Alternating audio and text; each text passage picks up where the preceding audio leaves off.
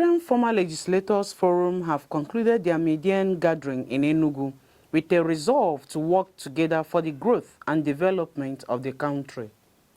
They also resolved to actively contribute to the public discourse, policy direction, and institutional strengthening through advisory roles and issue-based engagement. The summit with the theme, Strengthening Democracy and Shaping National Development, held at the International Conference Center, Enugu, attracted many high-profile former lawmakers from the National Assembly, state houses of assembly, and local government legislative assemblies across the Federation. The summit, which is the first of its kind, transcends partisanship, champions critical reforms, strengthens national unity, and contributes meaningfully to the policy making and democratic advancement across Nigeria. Reading the communique at the end of the event, the national coordinator of the forum, Oko Nkole, said the gathering resolved to request the leadership of the National Assembly as well as the former presiding officers and principal officers whose stewardships, vision, and legislative statesmanship laid the foundation of the progress they continue to build on, noting that their collective wisdom, sacrifice, and tenacity remain a beacon for the forum and the nation at large. The Deputy Speaker of the House of Representatives, Benjamin Kano, whose initiative the meeting was convened, described former lawmakers as reservoir of insights whose wealth of experience is valuable to the task of nation building. He said that the collective wisdom of the former lawmakers could be harnessed for Nigeria's progress. The Deputy Speaker said that the government of President Bola Tinubu was ready to work with the former legislators to realize the administration's noble objectives of repositioning the country. The Deputy Speaker said that the forum will adopt a robust framework that prioritizes pension security, holistic welfare, institutionalized expertise, and privileges for its members. He also emphasized the need for a unified approach to secure their dignity and support each other beyond their tenure. Carlo further proposed a hybrid pension model combining contributory and non-contributory schemes to ensure sustainability and safeguard of the former lawmakers. We gather not merely as individuals, but as custodians of Nigeria's legislative heritage. The formation of the Nigerian Former Legislators Forum marks a pivotal moment in our nation's journey towards institutionalizing the wisdom of those who have shaped our democracy, and that includes you. We are witnesses to the fact that many key figures steering our nation today began their journeys in the hallowed chambers of the legislature. I want us to recall our collective knowledge to know that President Bola Ahmed Tinubu, whose legislative acumen in the Senate in the Third Republic laid the groundwork for his renowned transformative governance, that structured post-tenure engagement strengthens democracy. It means that once you finish serving, you should not be done serving. You should be retooled, repurposed for other engagement. We shall ensure that no legislative service ends with their tenure, but evolves into a lifelong commitment to Nigeria's greatness.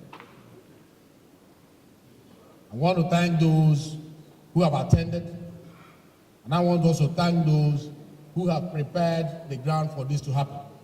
Earlier, the guest speaker and former Speaker of the House of Representatives, Yakubu Dogara, who advocated national cohesion, called on the serving and past lawmakers to continue to work towards strengthening the nation's democracy, stating that materialistic things, power or pride, do not make nations great or strong. Rather, the willingness of great men and women to reach out with the aim of working together.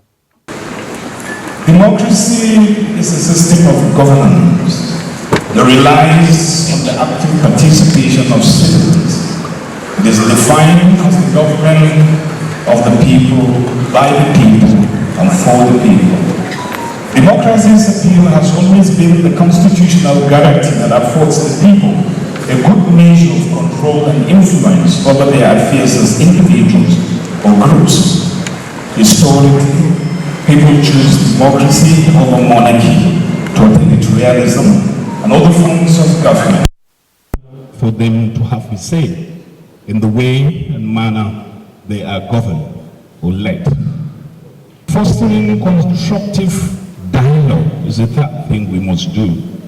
Promoting dialogue that targets eliminating prejudice and fear and engages allies and non-oppressors.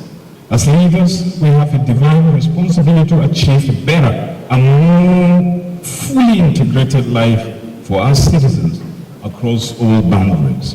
We can do this by reminding our citizens that we cannot be a nation if we merely tolerate each other, or if our peace is only silence, or if our happiness is other groups' unhappiness. For progress to be made, we must resolve to fight for justice for all and work together to peacefully resolve conflict, address the root cause of violence, of poverty, and of inequality. It is unbridled foolishness for us to fail to realize that our collective security is tied to the security of each and every one of us. As members of the same human family, we have the power to create a culture of peace by letting go of hatred, anger, and fear.